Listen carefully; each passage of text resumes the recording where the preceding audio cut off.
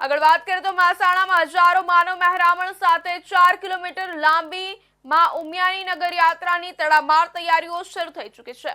1869 વર્ષથી નિજ મંદિર ઊંઝામાં બિરાજમાન જગત જનની માં ઉમિયાની ભવ્યાતિ ભવ્ય નગર યાત્રા વૈશાખ સુદ પૂનમે નીકળશે।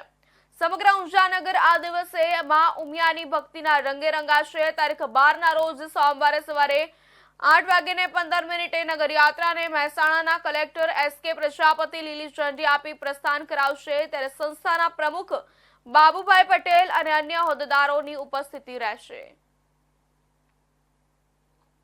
નગર યાત્રા આગામી વૈશાખ સુદ પૂનમ અને 12/5/2025 સોમવારના દિવસે સવારે 8:15 કલાકે અહીંયાથી આગમન નીકળશે।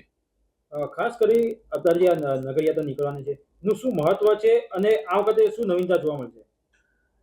નગર યાત્રાનું મહત્વ દિન પ્રતિદિન અહીં આવનાર યાત્રિકોની સંખ્યા ખૂબ વધી રહી છે અને માતા પ્રત્યેની આસ્થા લોકોની એ રીતે જ ઉમંગથી લોકો જોડી રહ્યા છે અને એના હિસાબે અહીં યાત્રિકોનો સતત ધસારો રહ્યા છે।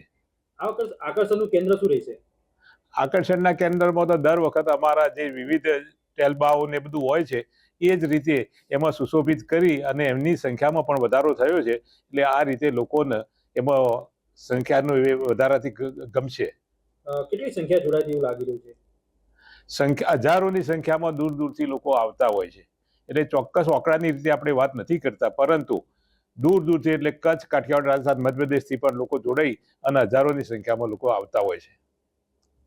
કેટલા ટેબલો જોડાશે એવું કઈ? અંદાજે 165 જેવું ટેલબાઓ જોડાશે।